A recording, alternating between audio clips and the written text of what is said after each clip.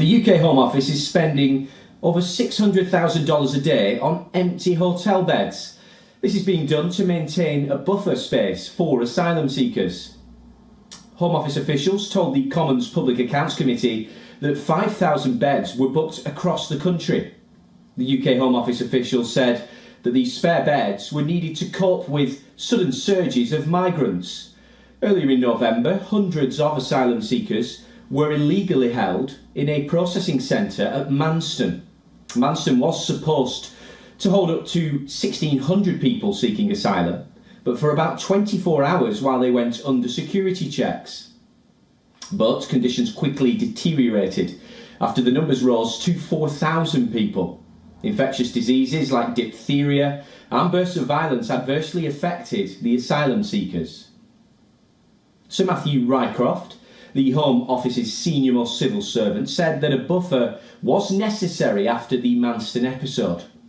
The Home Office sees the reserve beds as a buffer asset for any contingencies. Despite the buffer, the Home Office hopes to stop using hotels as soon as possible. Home Secretary Suella Braverman revealed plans to use barges and military sites to cut down on the $7.7 billion hotel expenditure. But these plans have been plagued with delays and legal challenges. The office also said that it is on track to meet Rishi Sunak's target of cutting part of the backlog of asylum cases.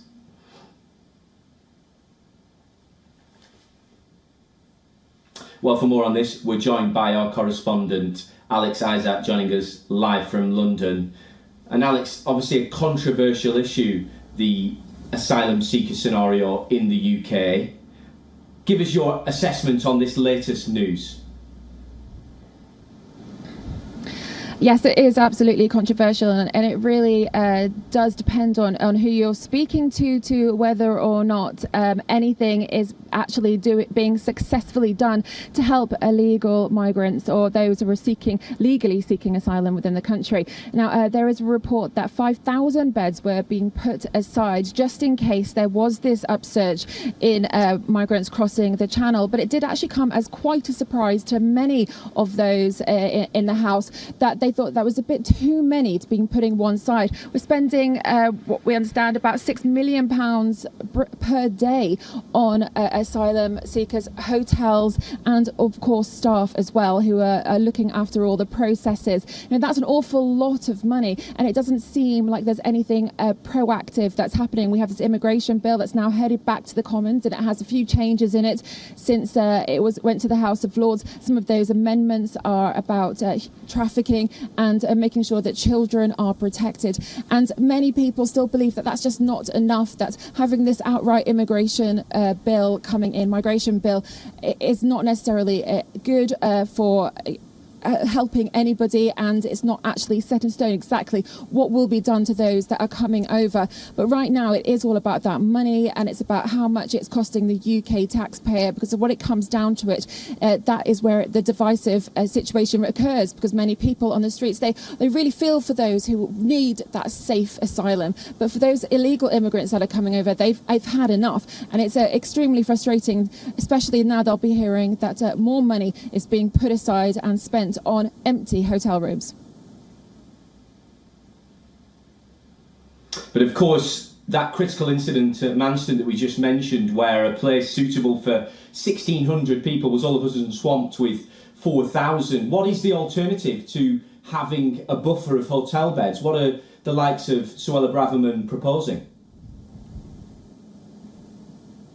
Well, the buffers out of Manston was that was a terrible situation. There was a cramped space, but there have been other suggestions that have been bandied about. The barge idea by Suella Braverman isn't new. In fact, in Scotland, there are already two such vessels on the water that are housing those that are seeking asylum. And of course, there have been numerous mentions of other spaces, of military areas that were going to be transformed, but nothing seems to, again, have been pushed forward and actually being done. There seems to be constant talk about how to stop those boats coming over, but yet more and more people come.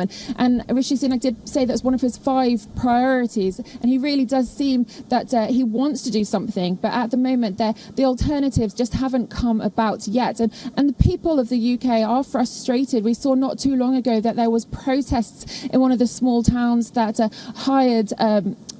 took out all of the staff from a hotel so that they could put in asylum seekers, and there are small protests out there. So that does feel like that they're causing a lot of division within the public itself, not having these ulterior plans, but everything just seems to be extremely slow, and there doesn't seem to be a reason why.